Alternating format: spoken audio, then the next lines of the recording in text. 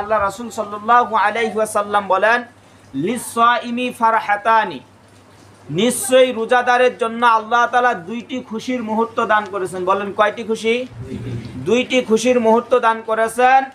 ফারহাতুন ইনদা ফিতরিহি, একটি হলো সারাদিন রোজা রাখার পর যখন বান্দা ইফতারি সামনে নেয়, ইফতারের পূর্ব মুহূর্তে।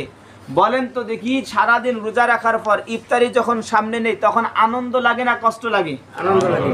যে আনন্দটা আমাদের লাগে, এই আনন্দটা যে রোজা থাকে না তার সামনে একই ধরনের ইফতারি দিবেন, তার মনে এই আনন্দ আসবে না। কারণ এই আনন্দটা রোজাদারদের জন্য। এজন্য আল্লাহ রাসূল বলতেছেন, লিস-সাইমি ফারহাতানি ফারহাতুন ইনদা ফিতরিহি, নিশ্চয়ই রোজাদারের জন্য আল্লাহ দুইটি আনন্দের মুহূর্ত দিয়েছেন। একটি হলো সারাদিন রোজা রাখার পর ইফতারের পূর্ব মুহূর্তে, ইফতারের সময়। ওয়া ফারহাতুন ইনদা লিকাই রাব্বিহি, দ্বিতীয়টি হলো তার রবের সাক্ষাৎ। বলি সুবহানাল্লাহ। আল্লাহ পাক রব্বুল আলামিন বলেন, আস-সাওমু লি ওয়া আনা আজজি বিহ, রোজা হলো আমি আল্লাহর জন্য, বান্দাকে আমি সন্তুষ্ট করব আমি আল্লাহর সাক্ষাৎ দিয়ে। কোন দিন? বান্দাকে জান্নাত দান করব যেদিন। বলি সুবহানাল্লাহ।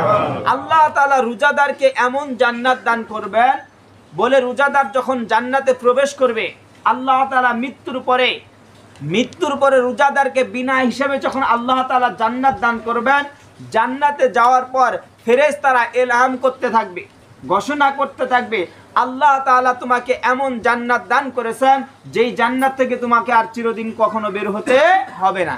এমন জান্নাত আল্লাহ তাআলা তোমাকে দান করেছেন যেই জান্নাতে তুমি অনন্তকাল বসবাস করবে, কখনো তুমি অসুস্থ হবে না।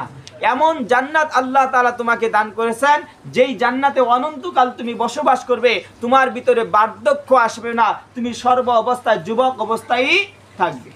এরকম করে যখন জান্নাতের নিয়ামতের ঘোষণাগুলো দিতে থাকে, আল্লাহ পাক রব্বুল আলামিন তখন তার কুদরতি চেহারাটি ওই রোজাদারদের সামনে যখন তুলে ধরবেন, রোজাদারদের আনন্দে এত তারা আত্মহারা হয়ে যাবে। আর আল্লাহ রাসূল সাল্লাল্লাহু আলাইহি ওয়াসাল্লাম এজন্য বলেছেন, রোজাদারের জন্য দুইটি আনন্দ, একটি হলো দুনিয়াতে আর একটি হলো আখিরাতে আল্লাহর দিদার।